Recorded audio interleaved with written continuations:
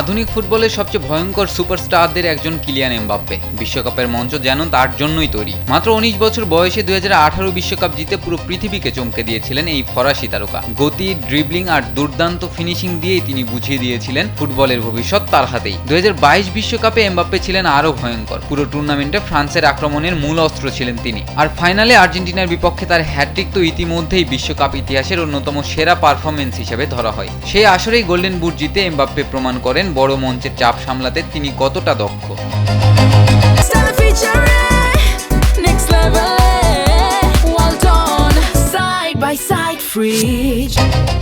এবারের বিশ্বকাপেও ফ্রান্সের সবচেয়ে বড় আশা এমবাপ্পে, কারণ তার সবচেয়ে বড় শক্তি হলো গতি। একবার স্পেস পেলে তাকে থামানো প্রায় অসম্ভব। কয়েক সেকেন্ডের মধ্যেই ম্যাচের চিত্র বদলে দিতে পারেন তিনি। শুধু গতি নয়, তার finishing, of the ball movement এবং 1 ভার্সেস 1 দক্ষতাও তাকে আলাদা করেছে।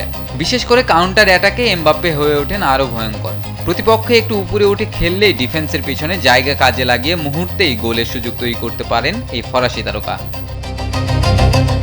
ফ্রান্স দলের ট্যাকটিক্সও এমনভাবে সাজানো থাকে যাতে এমবাপ্পে তার সর্বোচ্চ গতিতে আক্রমণে যেতে পারেন। তবে আগের চেয়ে এখন অনেক বেশি পরিণত এমবাপ্পে।